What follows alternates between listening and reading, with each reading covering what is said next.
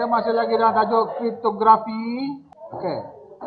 Itu kita dah sentuh menerangkan maksud dan kepentingan kriptografi dalam komputeran. Cikgu dah cerita itu. Sebut sedikit.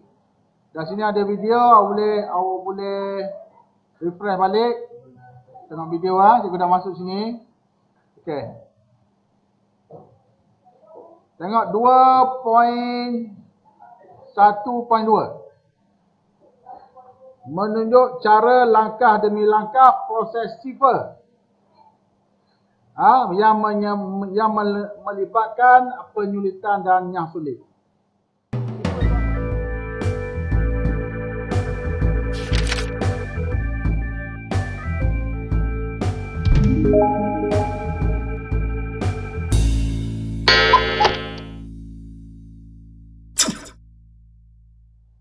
Sifer tu apa? Ingat lagi? Dan nota. Apa maksud Sifer? Ini Sifer text. Encrypt daripada plain text. Awak atau mesej dalam teks yang biasa. Lepas tu kita jadikan dia Sifer text.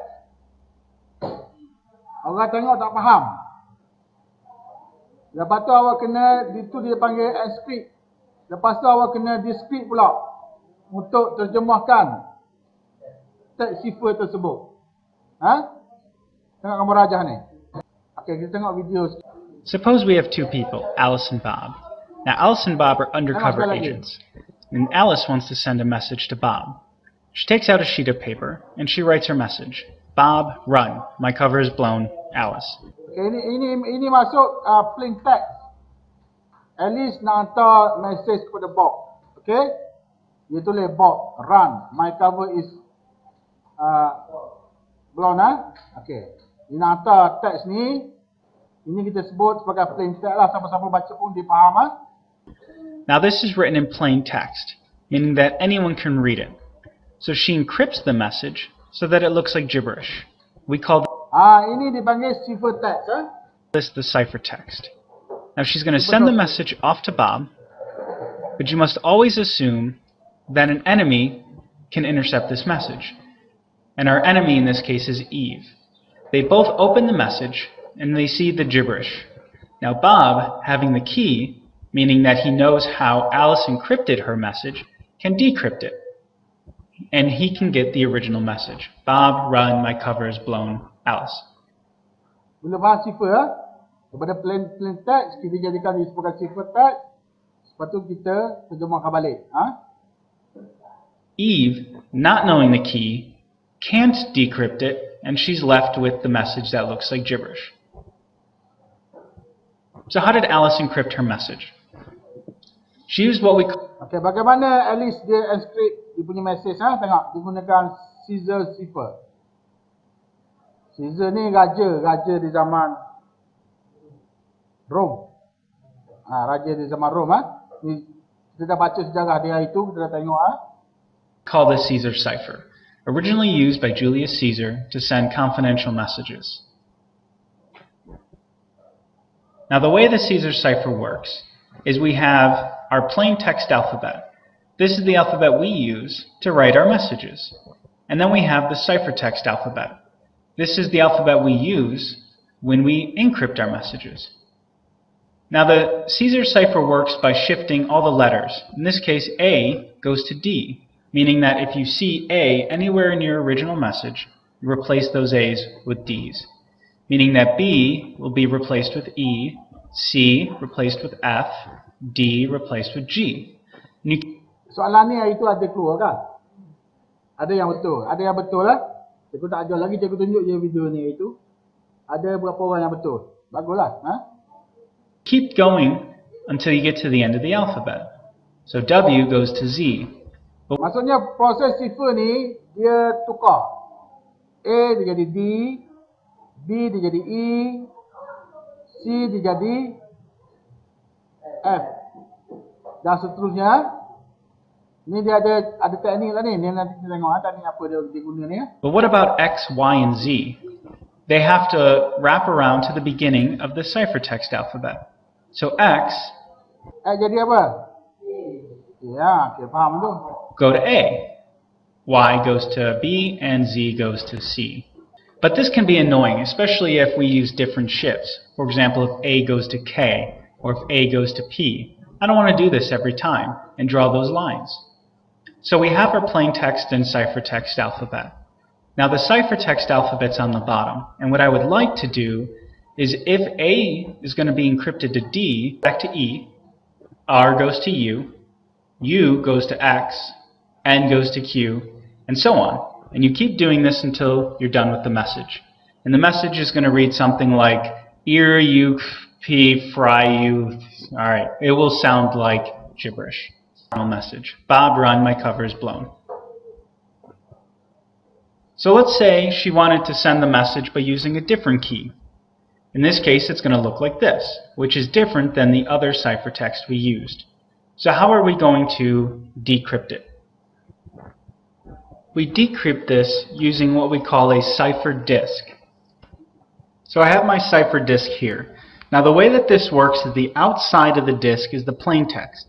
The inside of the disk is the ciphertext. So when you're encrypting messages, you go basically this way, come from outside. Kriptografi dia merupakan kaedah penyamaran aminata bagi menjaga kerahsiaan dan keselamatan sesuatu data. Ini yang dimasukkan dengan kriptografi. Dalam PSA itu ada soalan ni. Soalan bahagian C ya. Soalan bahagian C. Dia punya keyword dia kerahsiaan dan keselamatan, kaedah penyamaran. Ingatlah kali ya. Dan mungkin akan keluar nanti dalam PSA. Tajuknya kaedah penyamaran bagi menjaga kerahsiaan dan keselamatan sesuatu data. Jadi proses kriptografi ni dia kenali sebagai penyulitan, inscription. Nak jadikan dia punya cipher teks dan nak terjemahkan balik cipher teks tersebut, prosesnya dipanggil nyah sulit, description. Nanti kita akan pergi secara detail apa yang dimasukkan dengan encryption dan juga description, penyulitan dan nyah sulit. Jadi dalam kriptografi dia ada dua proses. Yang pertama penyulitan dan yang kedua nyah sulit. Okey. Jadi dia akan menggunakan pasangan algoritma. Kita akan gunakan pasangan algoritma bagi melakukan proses penyulitan dan nyah sulit. Penyulitan tu apa dia? Pasal putih? Encryption. Nyah sulit? Nyah sulit tu apa? Description. Algoritma ini kita kenali sebagai algoritma kriptografi ataupun Sifer. Kita kenali pasangan algoritma ini kita kenali sebagai algoritma kriptografi atau Sifer, iaitu penyulitan dan nyah sulit. Okey, dah habis dah mula-mula tadi. Okey. Itu yang dimasukkan dengan Sifer. Boleh ingat? Fokus fokus. Awak boleh ingat sampai bila fokus dalam kelas. Jangan nak main benda lain pula. Okey, tengok proses Sifer. Bagaimana proses Sifer ini berlaku Jadi sesuatu teks biasa ataupun plain text. Plain text tu maksudnya teks yang biasalah. Yang orang boleh faham Dia akan melalui proses penyulitan. Bila dia melalui proses penyulitan, dia akan berubah kepada teks Sifer. Sifer teks yang tidak mempunyai makna. Orang tengok, orang tak faham. Orang tengok, orang tak faham. Okey. Dia asal daripada teks biasa, iaitu plain text. Lepas tu dia melalui proses penyulitan, iaitu encryption. Bila dia melalui proses penyulitan, dia akan berubah kepada Sifer teks. Sifer teks ni orang tengok, orang tak faham. Musuh kalau tengok ni maksud teks tersebut, Tak faham ha? Ini proses yang pertama ha? Bagaimana Sifer proses Sifer ini berlaku. Kita nak fahamkan balik plain text tadi yang telah dijadikan sebagai Sifer text. Jadi Sifer text tersebut mesti melalui proses nyah sulit. Itu yang dikatakan pasangan algoritma. Pasangan algoritma dia ada penyulitan dan dia ada nyah sulit. Jadi untuk terjemahkan balik Sifer text tersebut, dia perlu melalui proses nyah sulit bagi menukar kembali kepada teks biasa. Ini mungkin boleh keluar soalan dalam bahagian C. Bagaimana proses Sifer terjadi? Okey, seterusnya. Jadi setiap proses penyulitan dan nyah sulit, dia mempunyai kunci. Kini nanti kita nak belajar. Jadi nak buat penyulitan, nak buat nyah sulit, dia bergantung kepada key yang kita buat. Dia bergantung kepada key. Jadi kunci tersebut hanya diketahui oleh penghantar dan penerima saja. Nanti kita tengok key dia macam mana ya. 4 ke 3 ke 2 ke. Dia nak tukar huruf tu. A jadi Z ke. Dia ada key nama-nama dia. Ingat tu, dia mesti ada kunci. Maknanya kalau tidak ada key, tak boleh buka. Dia ada key.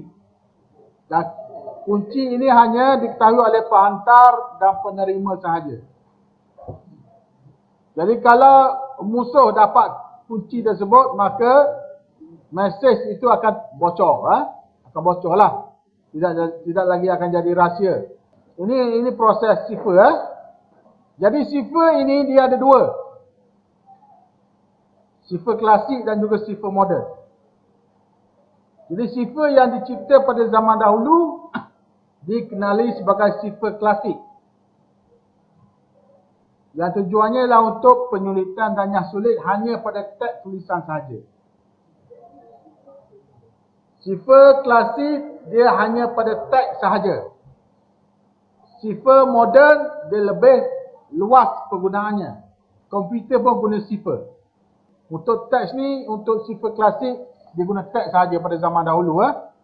Sifer pada zaman sekarang, ataupun kita kenali sebagai Sifer moden, dia melakukan penyulitan dan nyah sulit dalam bentuk sebaran data. Sebaran data dia boleh membuat Sifer, melakukan Sifer. Ini kita kenali sebagai Sifer moden. Bagi melakukan penyulitan dan nyah sulit sebarang bentuk data. Yang ni yang awak akan belajar. Okey jadi Sifer ada dua. Sifer yang pertama Sifer klasik. Sifer klasik dalam bentuk apa? Tulisan sahaja. Sifer moden dalam bentuk data, bukan sebelah bentuk. Dalam bentuk data. Boleh ingat tu? Sifer klasik dalam bentuk teks, Sifer moden dalam bentuk sebaran data. Okey, ingat yang tu je.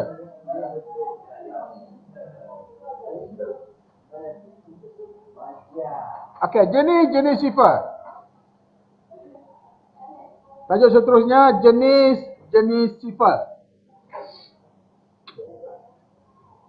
Nanti kita akan pergi lebih terperinci ya. Jenis Sifer. Yang pertama Sifer kunci simetri. Simetri tahu simetri? Belajar matematik kalau tahu. Bentuk simetri. Apa maksud bentuk simetri? Simetri sama kan? Bentuk yang sama kan? Simetri. Jadi Sifer kunci simetri dia termasuk semua Sifer klasik. Semua Sifer klasik termasuk dalam Sifer kunci simetri. Maksudnya Sifer klasik dia dalam kategori sifar kunci simetri. Jadi kunci simetri ini bermaksud kunci adalah sama. Untuk membuat penyulitan dan juga nyah sulit, kunci dia sama. Simetri ni.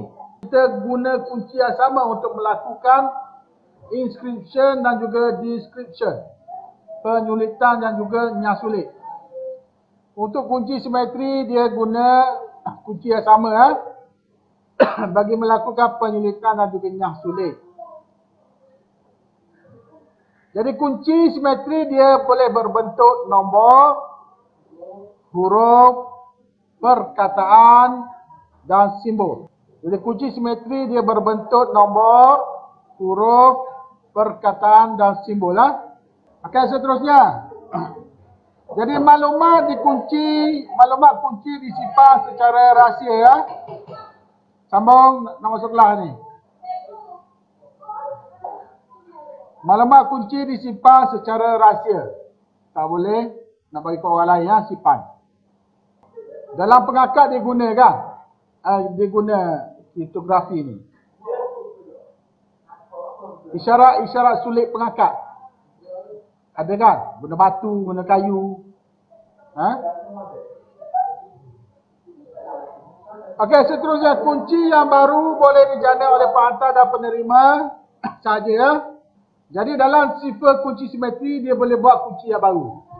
Yang kedua, yang tadi simetri, yang kedua kunci tidak simetri. Digunakan dalam sifar moden.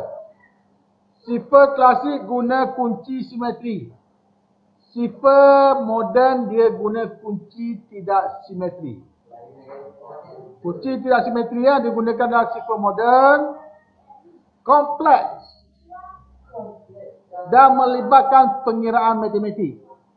Okey, dia kompleks Kalau sifar klasik tadi dia hanya guna nombor, dia hanya guna teks, dia hanya guna perkataan, itu saja sifar klasik.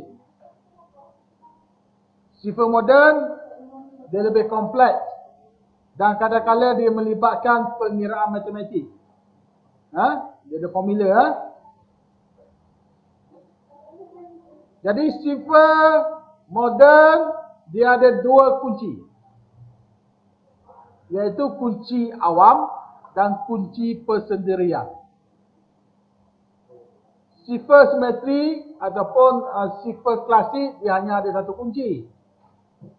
Okey, dan kunci tersebut diketahui oleh penerima dan penghantar saja. Dan kunci tersebut dia boleh bertukar-tukar. Dia boleh buat baru. Dalam sifar klasik, kunci tidak simetri, dia ada dua kunci. Iaitu kunci awam dan kunci persendirian. Jadi kunci awam ni siapa saja boleh guna. Itu masuk kunci awam. Kunci awam boleh digunakan oleh sesiapa saja untuk penyulitan. Dan kunci persendirian, kunci persendirian hanya untuk penerima saja dan disimpan secara rahsia.